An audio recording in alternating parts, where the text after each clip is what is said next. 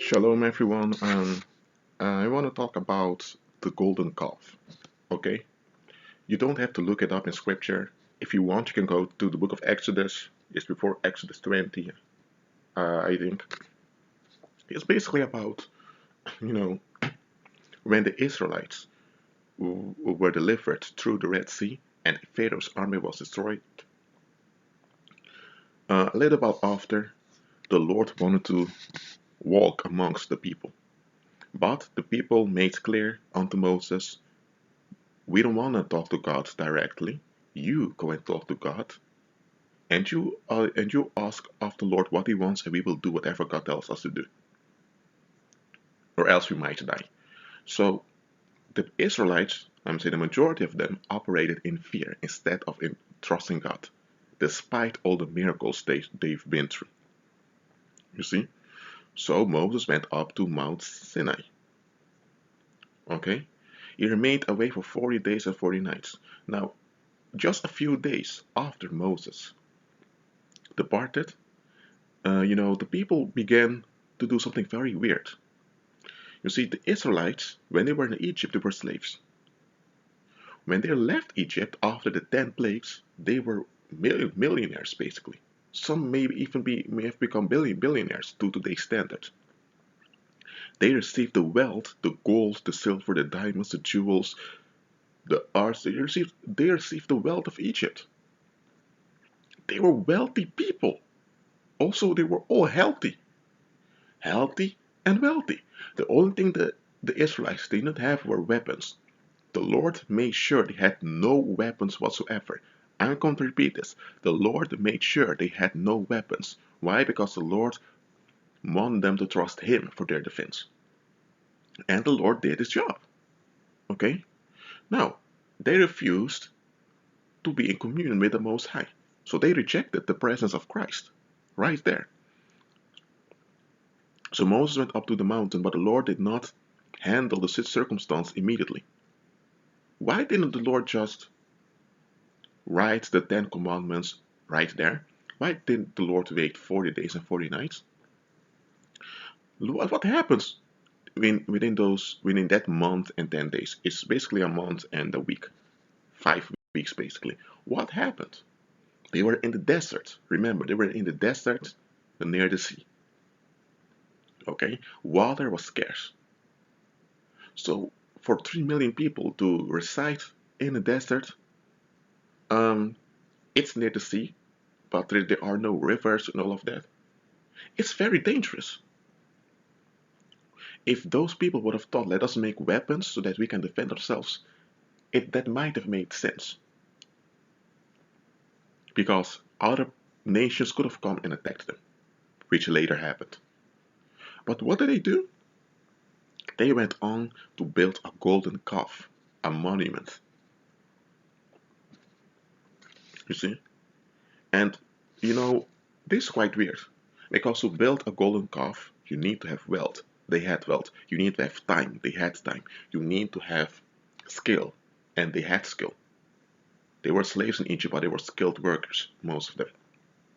And you need to have order, and you need to have order because it's a religious thing, so there must be order. There must be priests and people that handle the crowd. And they had parties over there, so you need to have abundance of food and resources. So they had it, despite everything. Now hold on a minute, hold on a minute. And that's another thing, you also need to have music. They had skilled musicians over there. So hold on a minute. Why were they building a golden calf? You see, despite that, the calf resembles a bull, and the bull is a symbol of Osiris or Nimrod. Despite that, guys, I want to focus on another reason why they were doing it. They departed from trusting in the Most High by trusting in themselves. You see? And what were they doing? They wanted to have something physical to represent their own self confidence. You see? That's why a golden calf. Gold because it's costly. Okay? A calf, why a calf? Why not a bull? Because a calf is an animal in need. It's an animal that needs special care.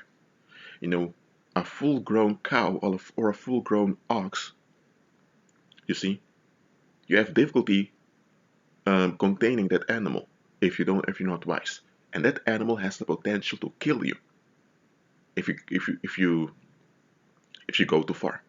But a calf, you can basically do whatever you want with a calf, basically. So a golden calf, it simply reflects how they were on the inside. They wanted to hold on to their delusions, and they wanted to be the ones, pulling the strings. That's what the golden calf represented. You see, and the fact that for days they were partying and having services around that calf shows that those people were serious. Now, there's another thing that's revealed from this, guys. Just because someone gets relief from difficult circumstances or from oppressive circumstances, that does not mean that individual is delivered.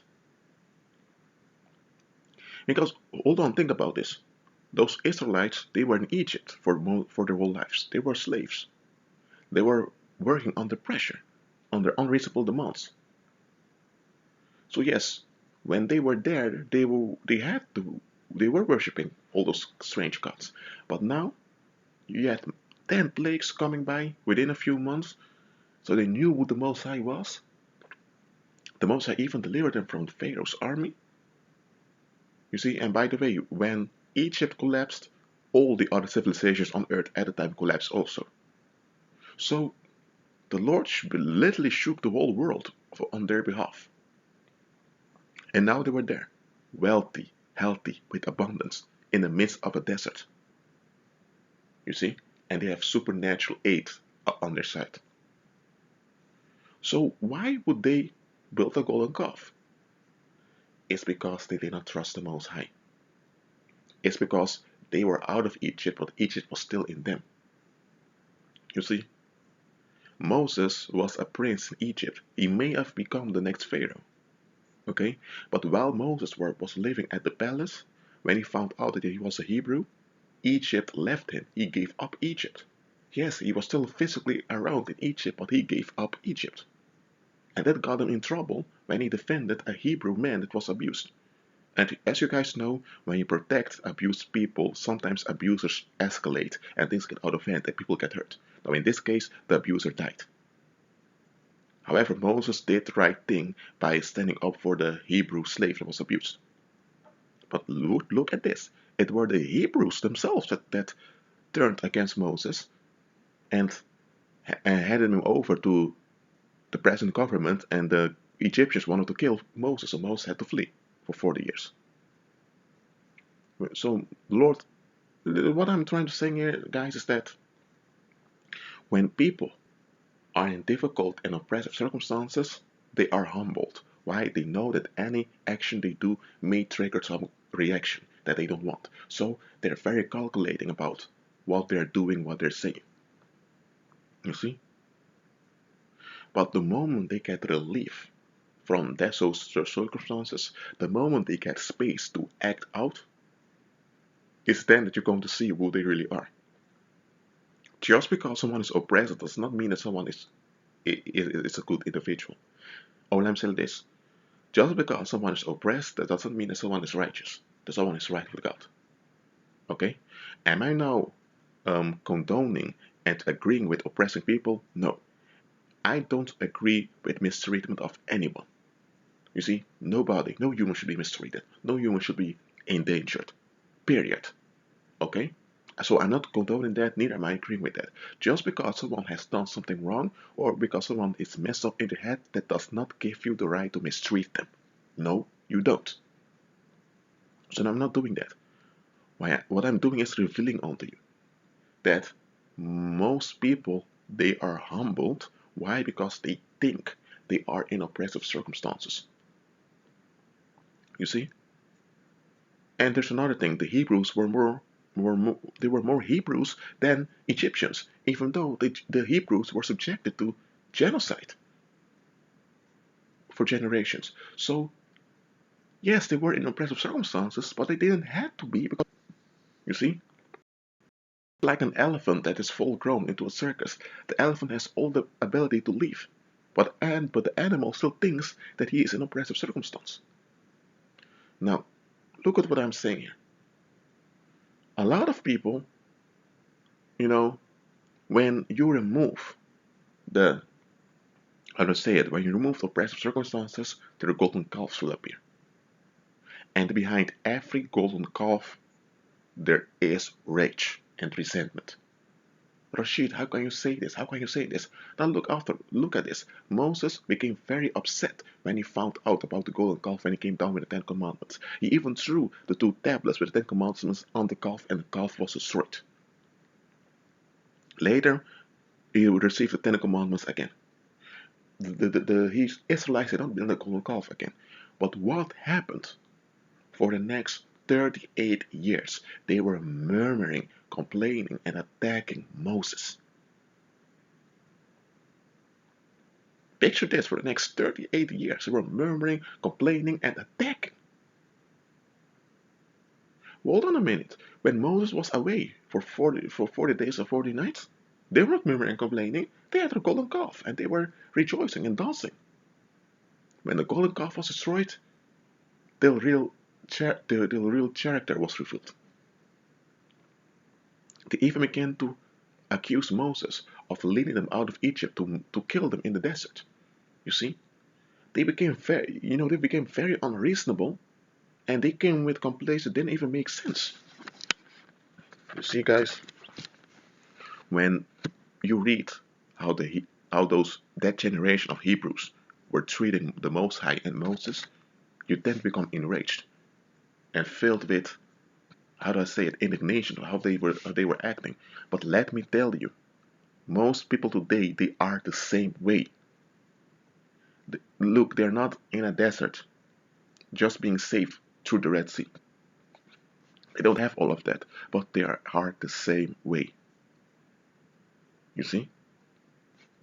Look, have you ever noticed that you have certain people, when they have a job and they need to go to the job, you see, on the job they're very polite, they're very friendly, and they bear with everything.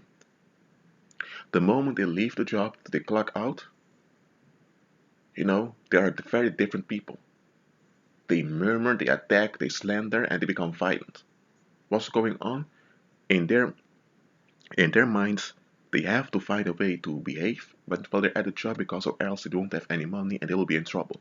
So they are humbled by the circumstances. But that doesn't mean that they are humble. See? Haven't you noticed that some of those people, the moment they get promotion at the job, and now they have other co-workers, sometimes, they have other employees, sometimes their colleagues, under their supervision. Have you noticed that many of those people immediately they so-called change? They become unkind. They become hurtful towards others. The thing is, that's how the individual was all the time. But due to circumstances, he could not permit himself getting out of hand. So he had this, how to say it, he had this golden calf in his mind that he is a good and well-mannered person.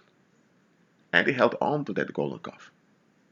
The moment, however, circumstances changed, and circumstance and his actions could not provoke immediate reactions that could harm his comfort zone. The moment that happened, man, no golden calf anymore. The full-blown ugliness is shown. You see? Or didn't you have people that when they were in need, they were always kind towards you, but once they got out of the need, now they don't even know you anymore? You see? And the thing is, guys, by Moses destroying the golden calf, Moses held them accountable. You see? The golden calf was just an excuse for them not repenting. You see? Well, I just wanted to tell this truth to you guys. I hope this benefits you somewhere. And read the Bible for yourself. Do search through the scriptures. Remain in prayer. And may the grace of Christ be with you. Shalom.